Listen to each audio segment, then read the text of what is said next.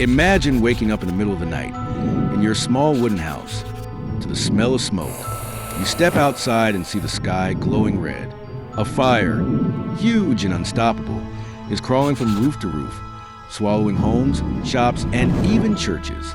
Within hours, your entire neighborhood is gone. This isn't a scene from a movie.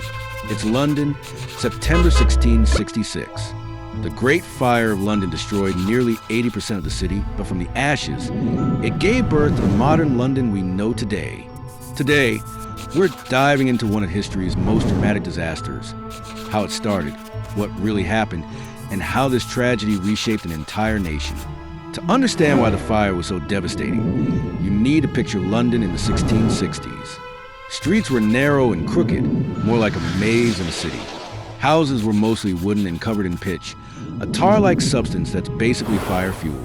People stored gunpowder barrels in basements, and chimney fires were an everyday danger. In other words, London was a giant tinderbox, waiting for a single spark. And in 1666, that spark came. It all began in the bakery of Thomas Fariner in Pudding Lane. Late on the night of September 1st, a small flame in his oven escaped and caught onto some firewood. Fariner and his family barely escaped through a window, but the fire quickly spread to neighboring houses. Normally, fires were contained by tearing down nearby buildings. But here's the problem. The Lord Mayor of London, Sir Thomas Bloodworth, hesitated. When firefighters begged to demolish homes to stop the flames, Bloodworth supposedly shrugged and said, "A woman could piss it out." That hesitation proved catastrophic. By morning, the fire had grown into a monster. Strong winds fanned the flames across rooftops. Sparks jumped from one house to the next. People panicked, grabbing whatever they could carry: clothes, furniture, pets. Imagine thousands of people flooding the streets, carts overloaded, children crying, merchants trying to save their stock. The fire moved so quickly that St. Paul's Cathedral, one of the city's most iconic buildings, was consumed in a roaring inferno.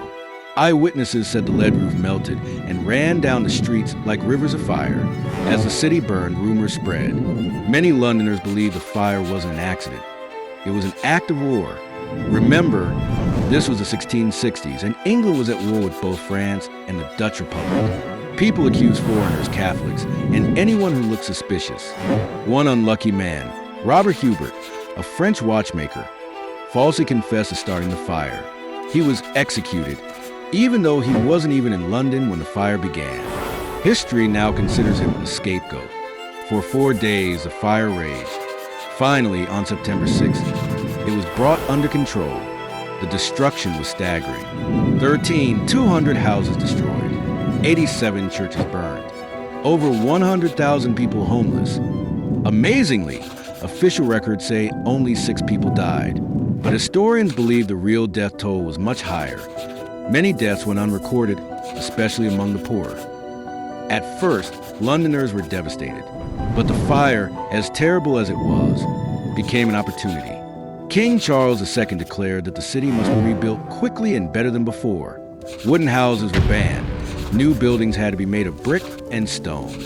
A brilliant architect named Sir Christopher Wren stepped forward with bold plans.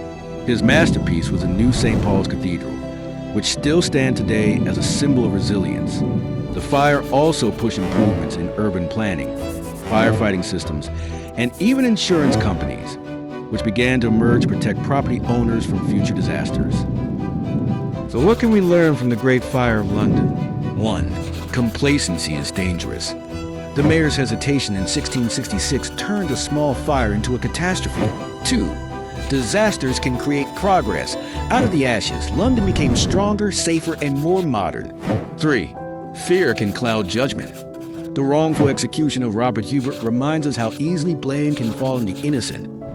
The Great Fire of London wasn't just a tragedy, it was a turning point. It destroyed a city, but it also forced people to imagine something better. Next time you walk through modern London, remember that beneath its stone streets once lay a wooden city that burned to the ground. And maybe, just maybe, think about how our own cities today might look very different, if not for the lessons learned from a bakery fire in Pudding Lane.